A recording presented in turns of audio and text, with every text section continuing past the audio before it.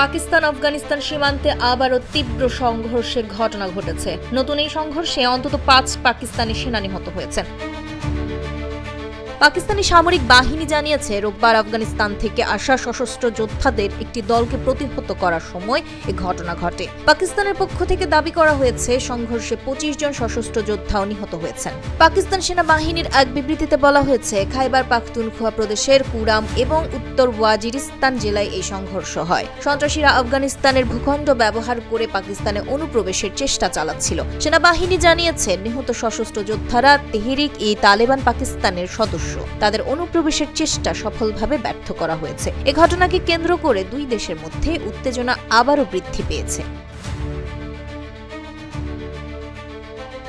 পাকিস্তান দীর্ঘদিন ধরে অভিযোগ করে আসছে যে আফগানিস্তানের তালেবান প্রশাসন টিটিপি সহ বিভিন্ন সশস্ত্র গোষ্ঠীকে তাদের ভূখণ্ডে আশ্রয় দিচ্ছে এবং এসব গোষ্ঠী পাকিস্তানের অভ্যন্তরে হামলা চালাচ্ছে। ইসলামাবাদ আরও অভিযোগ করেছে, আফগান তালেবান এই সশস্ত্র গোষ্ঠীগুলোর ওপর নিয়ন্ত্রণ রাখতে ব্যর্থ হচ্ছে।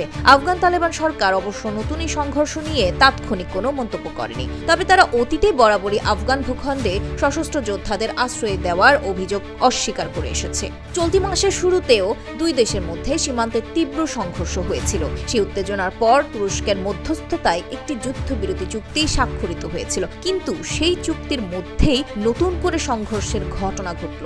সম্প্রতি পাকিস্তানের প্রতিরক্ষা মন্ত্রী খাজা মোহাম্মদ আসিফ সতর্ক করে বলেছিলেন, আফগান তালেবান যদি টিটিপিকে নিয়ন্ত্রণে ব্যর্থ হয়, তবে আলোচনার পথ বন্ধ হয়ে গেলে ইসলামাবাদের সামনে সরাসরি যুদ্ধ ছাড়া আর কোনো বিকল্প থাকবে না। এদিকে আফগানিস্তান পাকিস্তান সংকট দ্রুত সমাধান করার বিষয়ে মার্কিন প্রেসিডেন্ট ডোনাল্ড ট্রাম্প মন্তব্য করেছেন বলেও জানা গেছে।